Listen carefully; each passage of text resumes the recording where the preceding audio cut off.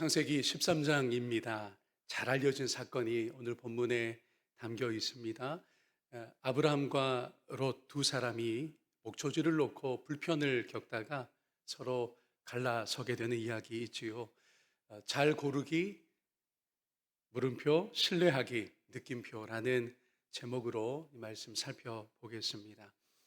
이 이야기는 고대 유목사회의 실제 현실을 반영하고 있습니다. 우리가 이 맥락을 좀 유념하면 좋을 것 같아요. 가축이 늘어납니다. 땅은 제한되어 있습니다. 그리고 이미 그 땅에 가나안 사람, 브리스 사람이 살고 있습니다. 어떻게 될까요? 갈등이 생길 수밖에요. 해결해야 할 문제가 대두된 것입니다. 그저 착한 마음 갖고 지켜볼 일이 아니었다는 것입니다. 이렇게 본문 말씀은 이상적인 모습을 가리키기보다는 현실에 뿌리 내린 말씀으로 오늘 우리에게 주어져 있습니다. 우리의 현실에서 읽어낼 교훈이 있다는 것이지요. 만약 이 말씀을 아브라함과 롯 둘 중에 누가 더 나쁜가? 반대로 누가 더 선한가? 아브라함 인정, 아브라함 승리 이렇게 간다면 조금은 본문의 메시지에서 어긋나는 것이 됩니다. 그러면 어떤 교훈을 본문이 이 아침 우리에게 들려주는지 귀 기울여 듣고 또 살펴보겠습니다. 우리가 먼저 떠올려 볼 것은 아브라함과 롯의 관계성입니다. 여러분이 잘 아시는 대로 삼촌과 조카의 관계이지요. 롯의 입장에서 아버지의 형제니까 상당히 가깝습니다. 둘 중에 하나인 겁니다. 큰아버지 또는 작은아버지인 겁니다. 하지만 이것은 이렇게 접근하는 것은 한국적인 배경에서입니다.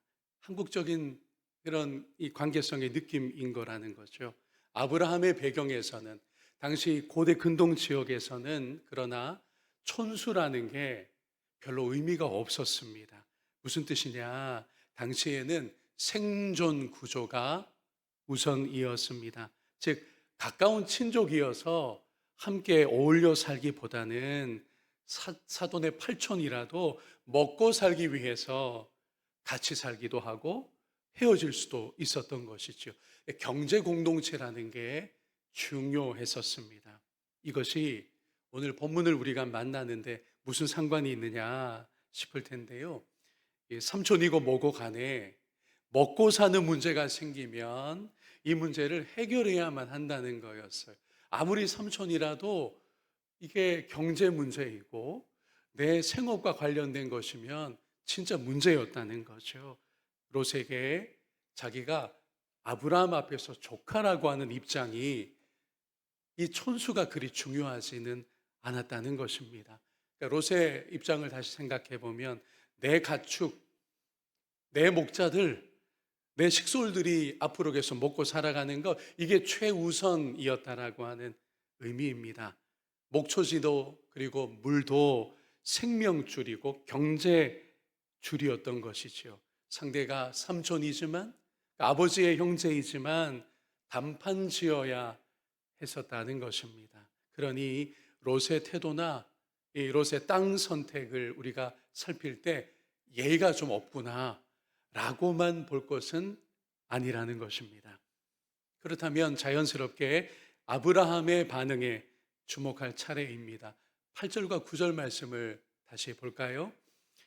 아브라함이 롯에게 이르되 우리는 한 친족이라 나나 너나 내 목자나 내 목자나 서로 다투게 하지 말자.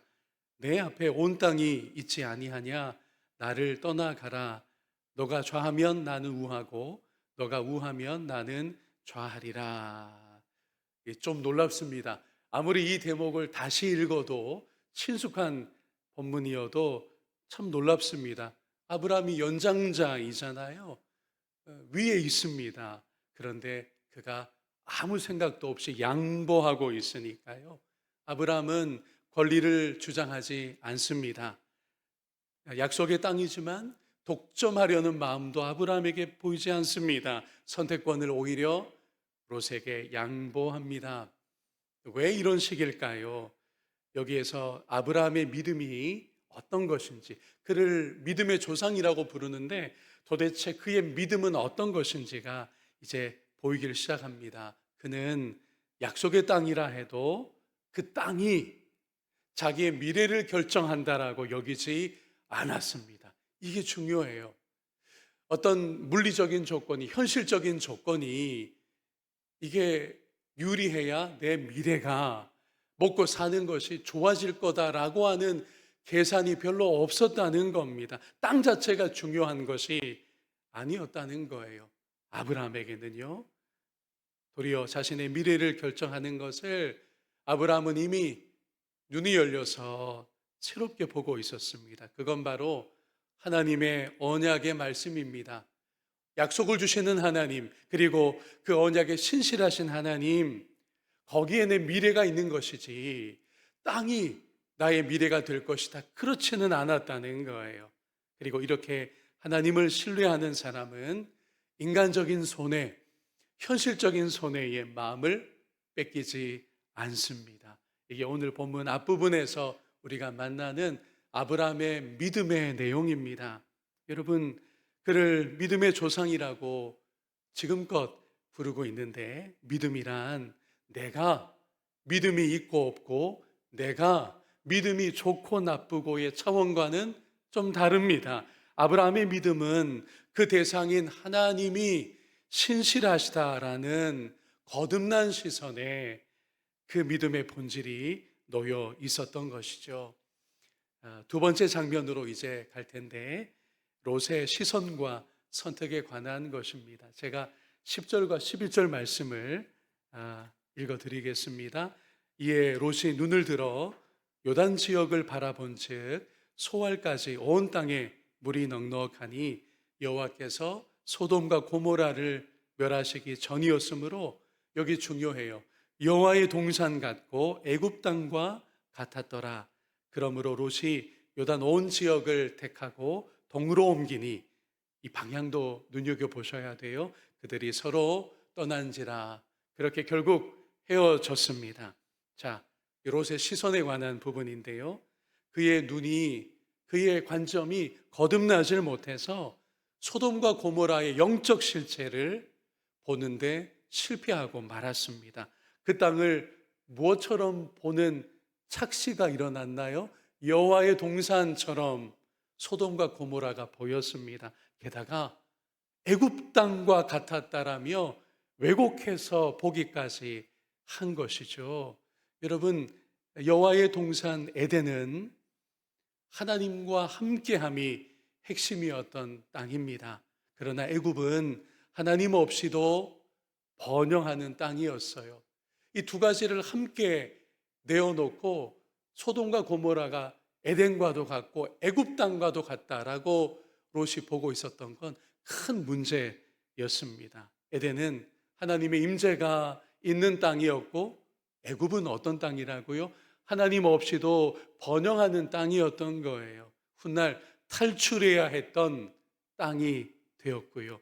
그 둘을 동일한 것으로 보았다고 하니 얼마나 롯의 시선이 거듭나지 못했는가, 그에게 믿음이 없었는가라는 것을 우리가 확인할 수 있습니다.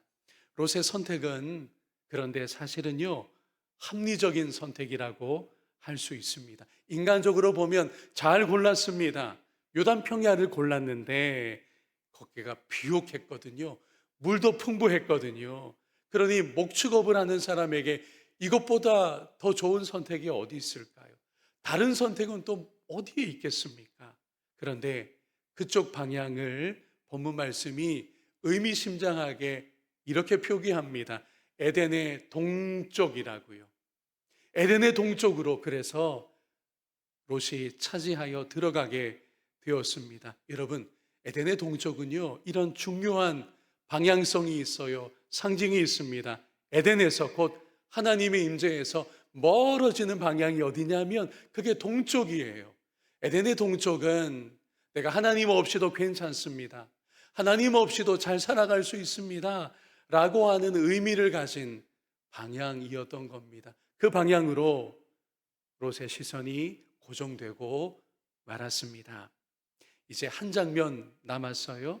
아브라함이 롯에게 그처럼 양보하고 헤브론이라는 곳으로 옮겨갔다는 내용입니다. 이 대목에서 중요한 원리가 드러나는데, 아브라함은 롯을 이기지 않았고 땅을 차지하지 않았으며, 그런데요, 얻은 게 있어요. 아브라함이 두 가지를 얻습니다. 하나는 넓은 시야를 얻습니다. 또 하나는 하나님의 약속을 또 한 번 얻게 됩니다. 이게 진짜 복입니다. 14절과 15절 말씀 주목하여 읽을까요?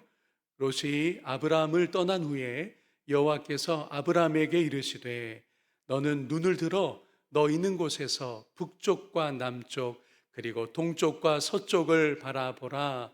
보이는 땅을 내가 너와 내 자손에게 주리니 영원히 이르리라. 아멘. 여러분, 이렇게 하나님은 비워진 자리에서 복된 말씀을 선포하고 계셨습니다. 어떻게 아브라함의 지금 상황이 비워진 자리냐 하면 롯이 떠났어요. 그러니까 아브라함 편에서는 마음을 많이 썼던 조카이거든요.